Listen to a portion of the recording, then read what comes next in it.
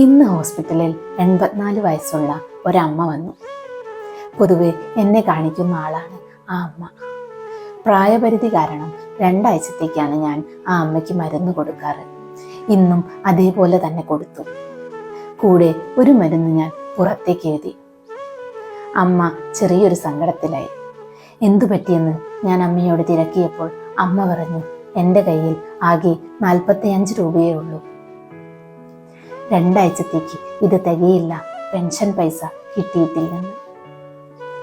ഞാൻ മെല്ലെ എൻ്റെ ബാഗിൻ്റെ അടുത്തേക്ക് പോയി ബാഗിൽ നിന്നും ഒരു 40 രൂപയും കൂടി എടുത്ത് അമ്മയ്ക്ക് കൊടുത്തു.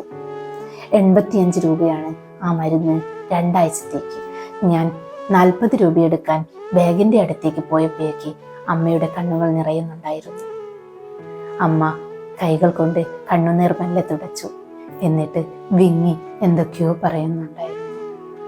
ആ കാശ് കയ്യിൽ കൊടുത്ത് ഞാൻ അമ്മയോട് മരുന്ന് വാങ്ങി വീട്ടിലോട്ട് പോയിക്കൊള്ളാൻ പറഞ്ഞു.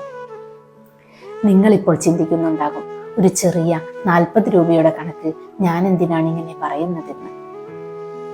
ചെറുതോ വലുതോ ആയിക്കോട്ടെ, നിങ്ങളെ കൊണ്ട് ചെയ്യാൻ പറ്റുന്ന കാര്യങ്ങൾ നിങ്ങൾ ചെയ്യുക.